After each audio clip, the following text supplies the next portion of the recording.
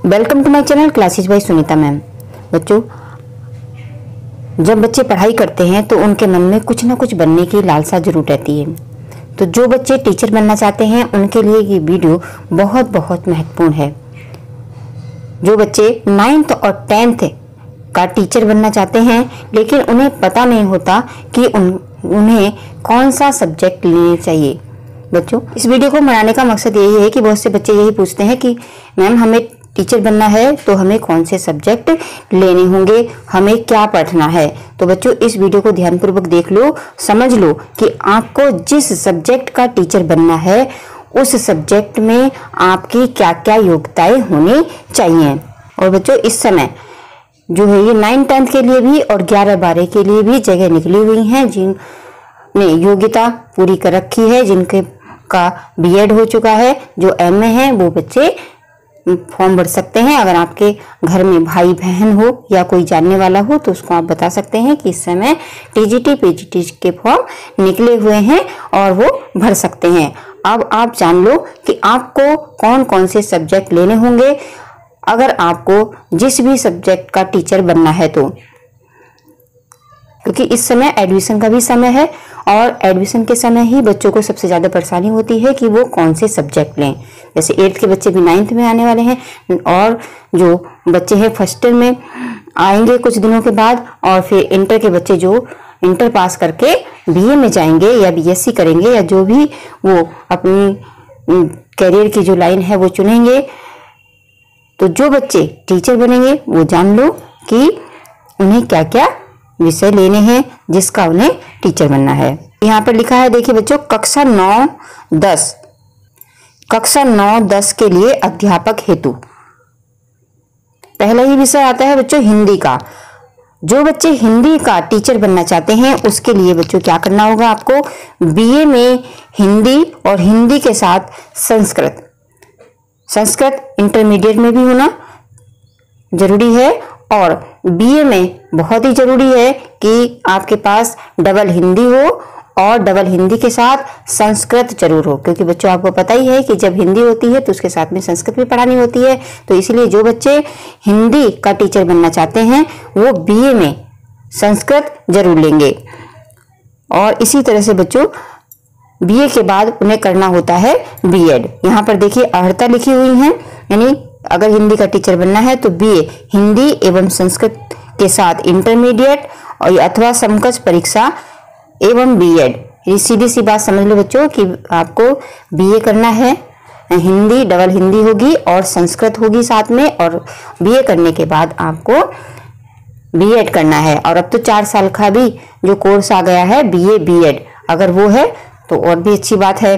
और यहाँ पर देखिए बीए हिंदी एवं संस्कृत विषय के साथ अथवा समकक्ष परीक्षा एवं बीएड या अन्य समकक्ष डिग्री। इस तरह से बच्चों सीधा सा है कि आपको बीए में संस्कृत होना बहुत जरूरी है, और बीए के बाद संस्कृत के साथ मतलब आपने बीए कर लिया है उसके बाद आपका बीएड होना भी जरूरी है, तभी आप 9th 10th के टीचर बन सकते हैं।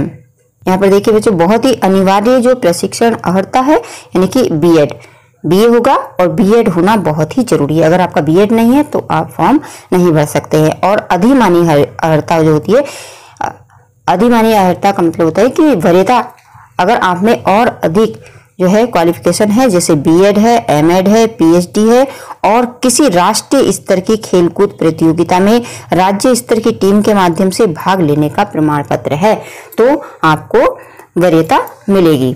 बच्चों, ये जो खेल कूद होते हैं, अगर आपको राष्ट्रीय स्तर की जो खेलकूद प्रतियोगिता में या राज्य स्तर की जो टीम के माध्यम से आपने कोई प्रमाण पत्र लिया है तो उसका बेनिफिट आपको मिलता है।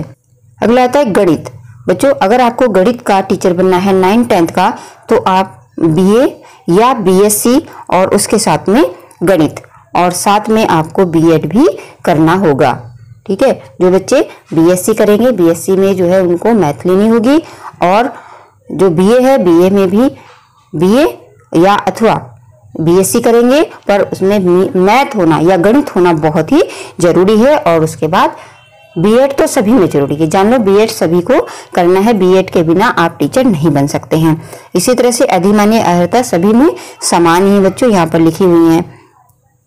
अगला विषय आता है गृह विज्ञान या गृह अर्थशास्त्र यानी होम इकोनॉमिक्स, या घरेलू विज्ञान डोमेस्टिक साइंस, या गृह कला होम आर्ट में प्रशिक्षित स्नातक, अथवा गृह विज्ञान महाविद्यालय इलाहाबाद का टीसी, अथवा लेडी इरविन कॉलेज दिल्ली का डिप्लोमा।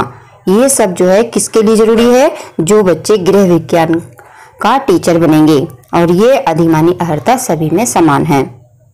अब है उर्दू विषय का जिस बच्चे को टीचर बनना है 9th-10th का, वो बीए में उर्दू विषय से तथा एलटी या बीटीसी या बीएड या अन्य समकक्ष शिक्षा एवं शिक्षण में डिग्री या डिप्लोमा और बीएड होना उनके लिए भी जरूरी है। बीएड तो जान ही लो कि बीएड तो आपको करना ही है। अगला है अंग्रेजी। जो बच्चे अंग्रेजी का टीचर बनना चाहते हैं वो बीए में अंग्रेजी उनका होना जरूरी है, और बीएड यानी उनके पास बीए में अंग्रेजी होना बहुत ही जरूरी है, और बीए के साथ अंग्रेजी होगी और बीएड भी जरूरी है। बीएड तो सभी में जरूरी है ही। जो बच्चे संस्कृत का टीचर बनना चाहते हैं वो बीए में संस्कृत लेंगे। बीए में उनके पास संस्कृत होना बहुत ही जरूरी है बच्चों। या फिर जो एलटी, बीटी या बीएड अन्य समकक्ष शिक्षा अथवा शिक्षण में डिग्री या डिप्लोमा, मतलब यहाँ पर वही बात है कि आप बीए में आपके पास संस्कृत होना जरूरी है और बीएड भी होना जरूरी है। दूसरा, या वाराणसी संस्कृत विश्वविद्यालय द्वारा प्रदत्त शास्त्री या आचार्य की उपाधि के साथ एलटी या बीटी या अन्य समकक्ष अथवा शिक्षण में डिग्री या डिप्लोमा। यहाँ सीधी सी बात यही है बच्चों कि जिन्होंने यहाँ से वाराणसी संस्कृत विश्वविद्यालय द्वारा प्रदत्त शास्त्री या आचार्य की उपाधि के साथ एलटी की या बीटी या अन्य समकक्ष अथवा शिक्षण में डिग्री या डिप्लोमा लिया है, वो भी टीचर बनने का फॉर्म भर सकते हैं। ठीक है। और जो संस्कृत का टीचर बनेंगे वो बीए में संस्कृत उनको होना जरूरी है और बीएड होना जरूरी है, और ये इसमें प्रशिक्षित बीकॉम बीएड होना बहुत ही जरूरी है। और इधर ये अधिमान्य अर्हताएं। ठीक है बच्चों। जो कृषि वाले बच्चे हैं, जो कृषि का टीचर बनना चाहते हैं, वो बीएससी करेंगे कृषि के साथ और बीएड। जो कला का टीचर बनना चाहते हैं वो यहाँ पर देखिए बहुत सारी योग्यताएं लिखी हुई हैं उनकी, उनमें से कोई एक अगर योग्यता है तो कला का टीचर बन सकते हैं। जैसे राजकीय कला और शिल्प विद्यालय लखनऊ का आर्ट मास्टर ट्रेनिंग सर्टिफिकेट, जो पहले ड्राइंग टीचर सर्टिफिकेट कहलाता था, अथवा प्रावधिक कला के साथ उत्तर प्रदेश माध्यमिक शिक्षा परिषद की इंटरमीडिएट की परीक्षा। तीसरा, मतलब इनमें से कोई एक, ये नहीं कि सभी आप में हो, उनमें से एक कोई है तो आप कला का टीचर बन सकते हैं। प्रावधिक कला के साथ हाई स्कूल परीक्षा और इनमें से कोई एक योग्यता, या कौन सी योग्यता? ड्राइंग अथवा पेंटिंग के साथ बीए हो, या कला भवन शांति निकेतन या फाइन आर्ट डिप्लोमा हो, या राजकीय ड्राइंग और हैंडीक्राफ्ट सेंटर इलाहाबाद का सर्टिफिकेट, या कलकत्ता ड्राइंग टीचरशिप परीक्षा, या लाहौर के मेयो स्कूल ऑफ आर्ट की टीचर सीनियर सर्टिफिकेट परीक्षा, या बम्बई की इंटरमीडिएट ग्रेड ड्राइंग परीक्षा, और बम्बई की 3rd ग्रेड आर्ट स्कूल परीक्षा। इनमें से कोई एक योग्यता आपकी है तो आप आर्ट का टीचर बन सकते हैं। और कला के लिए बच्चों, अभी ये कला के लिए बताई जा रही थी, इसके अंतर्गत जो इंटरमीडिएट परीक्षा उत्तीर्ण होना सबके लिए आवश्यक है, परंतु यदि उसे परीक्षा में प्रावधिक कला के लिए जाने का प्रमाण पत्र उपलब्ध ना हो तो उसके स्थान पर उस स्तर की प्रावधिक कला के ज्ञान का प्रमाण स्वीकार किया जा सकता है। और बालिकाओं की संस्थाओं के अध्यापकों को प्रावधिक कला की योग्यता से छूट दी जाएगी। अब है शारीरिक शिक्षा। शारीरिक शिक्षा के लिए सीपीएड प्रमाण पत्र और अन्य समकक्ष प्रमाण पत्र अनिवार्य होते हैं, और इसमें माध्यमिक शिक्षा परिषद उत्तर प्रदेश द्वारा प्रदत्त इंटरमीडिएट प्रमाण पत्र अथवा उसके समकक्ष अन्य कोई अर्हता एवं राज्य सरकार के शिक्षा विभाग द्वारा सीपीएड प्रमाण पत्र अथवा उसके समकक्ष कोई अन्य अर्हता। ठीक है बच्चों। जैसे टीचर बनने के लिए बीएड जरूरी है, ऐसे ही जो खेल कूद के जो टीचर बनते हैं उनके लिए बच्चों सीपीएड होना बहुत ही जरूरी है। यहाँ पर देखिए बच्चों, जो सिलाई का टीचर बनना चाहते हैं तो यहाँ पर देखिए इतने सारी सब ये योग्यताएं लिखी हुई हैं। यहाँ पर आप स्क्रीनशॉट ले करके पढ़ सकते हैं कि सिलाई का टीचर बनने के लिए आपको क्या क्या करना है, मतलब क्या क्या पढ़ाई करनी है। अब आता है बच्चों विज्ञान। विज्ञान का टीचर बनने के लिए आपको भौतिक विज्ञान तथा रसायन विज्ञान के साथ बीएससी, यानी अगर आपको विज्ञान का टीचर बनना है तो जब आप बीएससी करेंगे तो बीएससी में आपके 2 सब्जेक्ट होना बहुत ही जरूरी है। कौन से?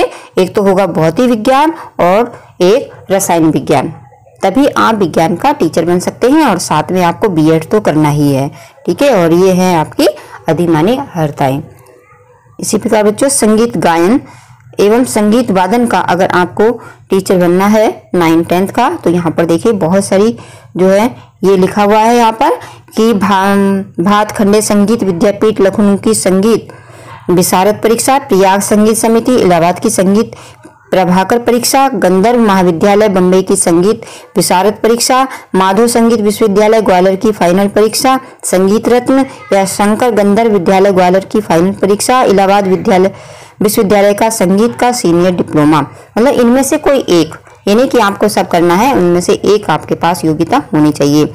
और इसी तरह से संगीत वादन में ये प्रयाग संगीत समिति इलाहाबाद या बीटीसी डिप्लोमा, भातखंडे संगीत विद्यापीठ लखनऊ का LTM डिप्लोमा, ठीक है। यहाँ पर इस सारे लिखा हुआ है। यहाँ पर जिसको संगीत का टीचर बनना है वो स्क्रीनशॉट लेकर के जान ले। अब आता है बच्चों सामाजिक विज्ञान। अगर आपको सामाजिक विज्ञान का टीचर बनना है तो बहुत ही ध्यान देने का है कि आपके पास निम्नलिखित 2 विषयों के साथ बीए का प्रशिक्षण सहित, मतलब बीएड तो होगा ही साथ में, बल्कि आपको 2 सब्जेक्ट इन 4 में से होना बहुत ही जरूरी है। जैसे इतिहास, राजनीति शास्त्र, भूगोल या अर्थशास्त्र, इनमें से आपको 2-2 सब्जेक्ट लेना बहुत ही जरूरी है। मतलब ये जो 4 सब्जेक्ट है, इन चारों सब्जेक्ट में से आपके पास 2 सब्जेक्ट होना चाहिए, तभी आप सामाजिक विज्ञान का टीचर बन सकते हैं। क्योंकि बच्चों आपने देखा होगा जो भी सामाजिक विज्ञान का टीचर होता है वो उसमें इतिहास भी होता है, भूगोल भी होता है, ठीक है, राजनीति शास्त्र भी होता है, थोड़ा सा अर्थशास्त्र भी होता है। तो इनमें से कम जब हम टीचर बनने के लिए सामाजिक विज्ञान का जो फॉर्म भरेंगे तो हमारे पास इनमें से 2 सब्जेक्ट की योग्यता होनी चाहिए। ऐसे ही है अगला जीव विज्ञान। जीव विज्ञान के लिए बच्चों जंतु विज्ञान तथा वनस्पति विज्ञान के साथ बीएससी होना जरूरी है और साथ में बीएड भी। और इस समय बच्चों अब जगह निकली हुई हैं, जो अंतिम तारीख है।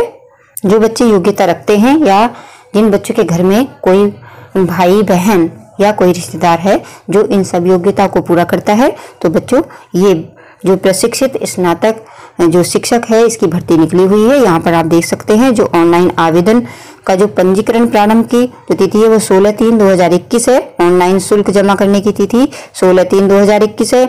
ऑनलाइन आवेदन पंजीकरण की जो अंतिम तिथि है वो 11 तारीख है और ऑनलाइन शुल्क जमा करने की जो अंतिम तिथि है वो 13 तारीख है और ऑनलाइन आवेदन करने का जो सबमिट करने का जो अंतिम तिथि है वो 15 तारीख है। जो फीस होती है वो भी देखिए बच्चों बहुत ही कम होती है।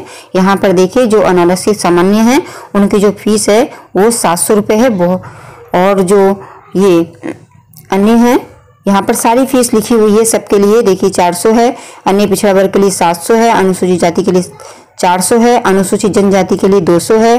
और ये सारी जो फीस है वो यहाँ पर ज़्यादा नहीं है, ये 750, 450, 750, 450 और 250, इस तरह से ये फीस अलग अलग कैटेगरी की यहाँ पर लिखी है। इन बच्चों को भरना है वो इसका स्क्रीनशॉट ले सकते हैं। आती है बच्चों योग्यता जान ली, अब आयु भी जान लो कि कितनी आयु हो तब आप फॉर्म भर सकते हैं। आयु है 1 जुलाई 2021 को 21 वर्ष से कम ना हो। ये तो उनके लिए है जो योग्यता रखते हैं, जो इस समय फॉर्म भर रहे हैं।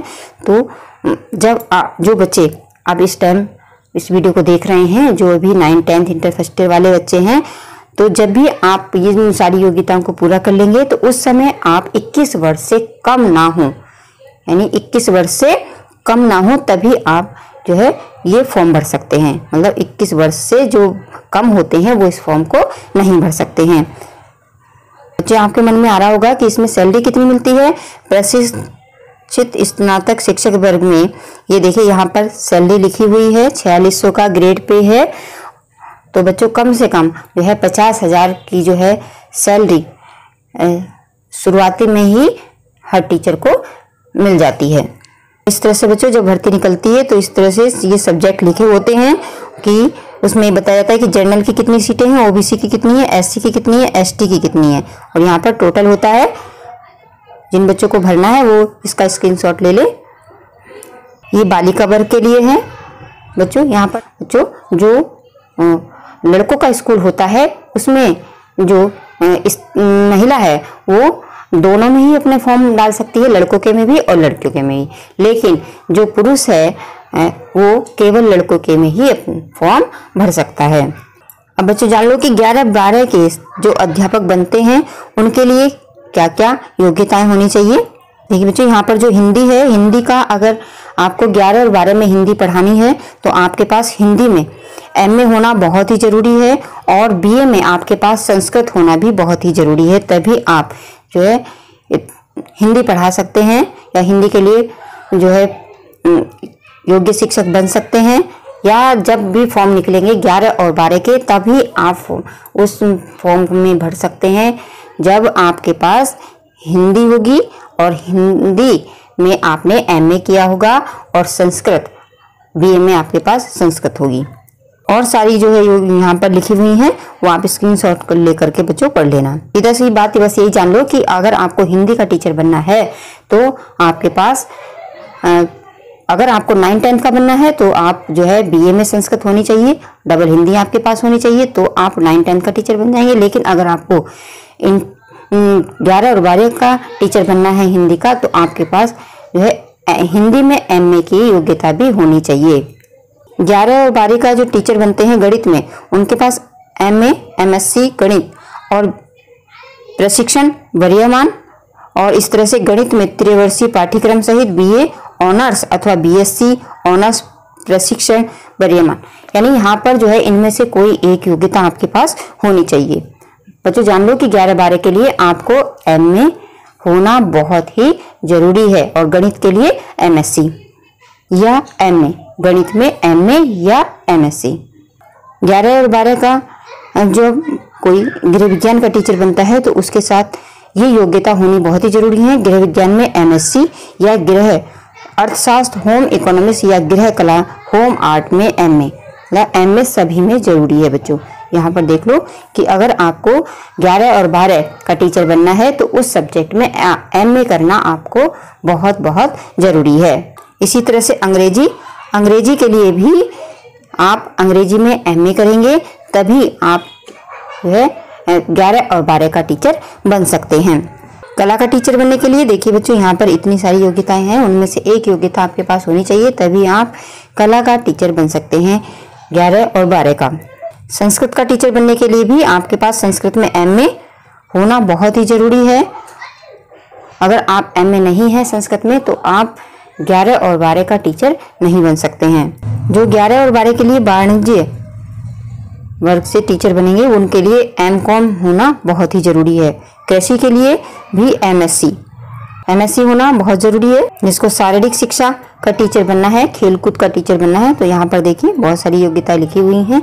अच्छी तरह से इसको स्क्रीनशॉट लेकर के बच्चों आप पढ़ लीजिए। संगीत गायन और वादन का टीचर बनने के लिए भी यहाँ पर देखिए बच्चों जितनी भी योग्यताएं लिखी हुई हैं उनमें से एक योग्यता आपके पास होनी चाहिए और संगीत में एमए जरूर।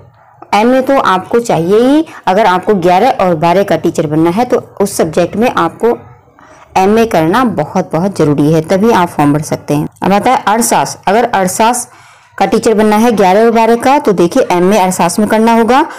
एमकॉम अर्थशास्त्र सहित बीकॉम प्रशिक्षण वरीयमान, इनमें से कोई एक, ये नहीं कि जो 1 2 3 यहाँ पे लिखा हुआ बच्चों उनमें से 3 में से कोई एक योग्यता आपके पास होनी चाहिए। इसी तरह से तर्कशास्त्र का अगर आपको टीचर बनना है तो दर्शन शास्त्र में आपको एमए करना होगा। ठीक है, और यहाँ पर जो भी लिखा हुआ है उसको स्क्रीनशॉट लेकर के पढ़ लीजिए ध्यान से। अब आता है नागरिक शास्त्र। अगर आपको नागरिक शास्त्र का टीचर बनना है 11 और 12 का तो आपके पास एमए राजनीति शास्त्र से आपको एमए करना होगा।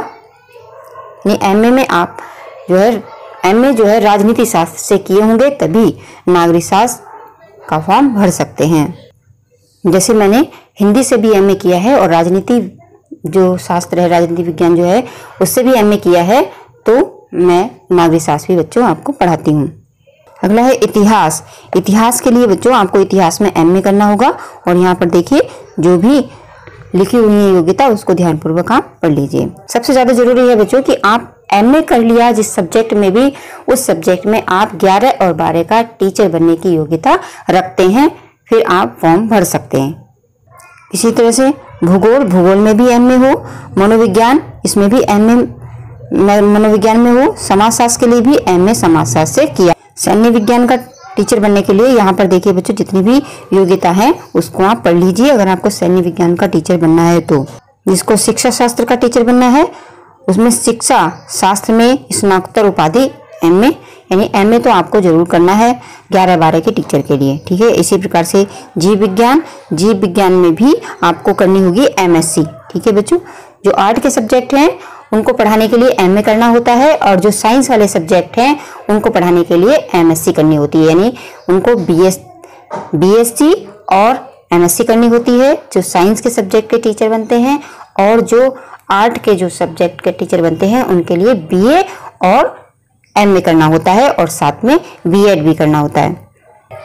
जिन्हें भौतिक विज्ञान का टीचर बनना है वो एमएससी करेंगे भौतिक विज्ञान से, और जिन्हें रसायन विज्ञान का वो रसायन विज्ञान में एमएससी। इस समय जो योग्यता रखते हैं वो इतनी जगह निकली हुई है, इसका स्क्रीनशॉट ले लीजिए और फॉर्म भर लीजिए। जिसके भाई बहन हो, रिश्तेदार हो तो वो बता सकते हैं बच्चों। इस तरह से ये प्रवक्ता वर्ग बालक वर्ग के लिए है और ये बालिका वर्ग के लिए है। महिलाओं के लिए सुविधा यही होती है कि वो बालक वर्ग और बालिका वर्ग दोनों में फॉर्म डाल सकती हैं, लेकिन जो पुरुष होते हैं वो एक ही जगह अपना फॉर्म डालेंगे बालक वर्ग में।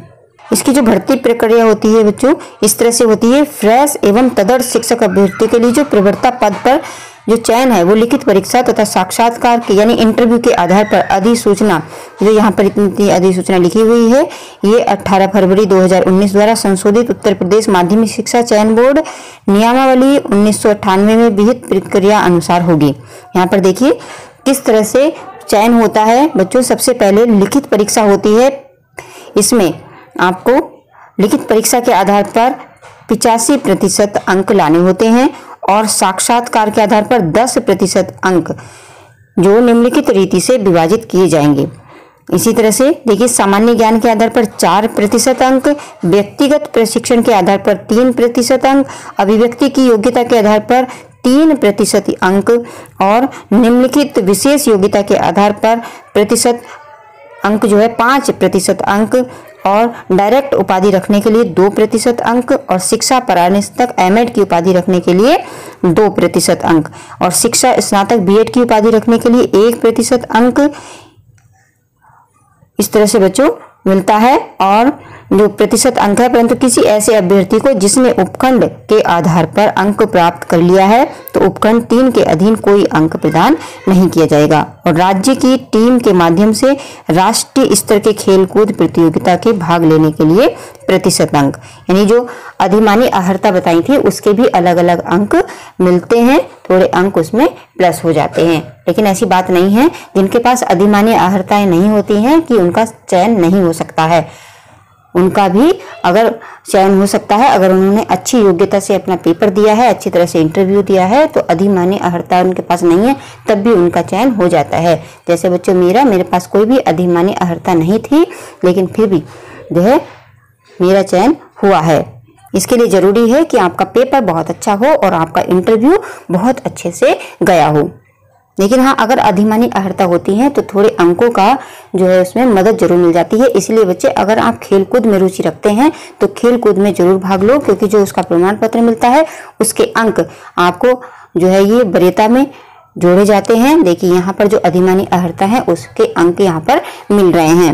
इस तरह से बच्चों एक लिखित परीक्षा होती है 425 अंक की, साक्षात्कार इसमें होता है 50 अंक का, जो ये अंक है 25 अंक यही है आपके अधिमानी, यानी जो आपके पास अतिरिक्त योग्यता है उसके लिए 25 अंक है। इस प्रकार आपका योग 500 अंक की आपकी परीक्षा होती है। इस तरह से बच्चों सारी यहाँ पर लिखी हुई है विधि कि किस तरह से आपकी परीक्षा होगी, लिखित परीक्षा होगी, क्या किस समय होगी। ये जो है 425 अंकों का एक प्रश्न पत्र होगा, उसमें 125 प्रश्न होंगे और प्रत्येक प्रश्न 3.4 अंक का होगा। सभी प्रश्न अनिवार्य होंगे। समाअवधि जो होती है इसमें वो 2 घंटे की होती है और जो प्रश्नों का जो स्वरूप होता है वो सभी प्रश्न जो है बहुविकल्पीय MCQ यानी मल्टीपल चॉइस क्वेश्चन वाले होते हैं। ठीक है, जब बच्चों परीक्षा में पास हो जाते हैं तो उसके बाद होता है इंटरव्यू, और जब आप इंटरव्यू में भी पास हो जाते हैं तो आपका किसी भी स्कूल में चयन हो जाता है। तो बच्चों इसमें हमने बहुत ही संक्षिप्त रूप में जाना कि कौन कौन से विषय लेने चाहिए अगर आपको किसका टीचर बनना है, बहुत ही संक्षिप्त रूप में समझा है।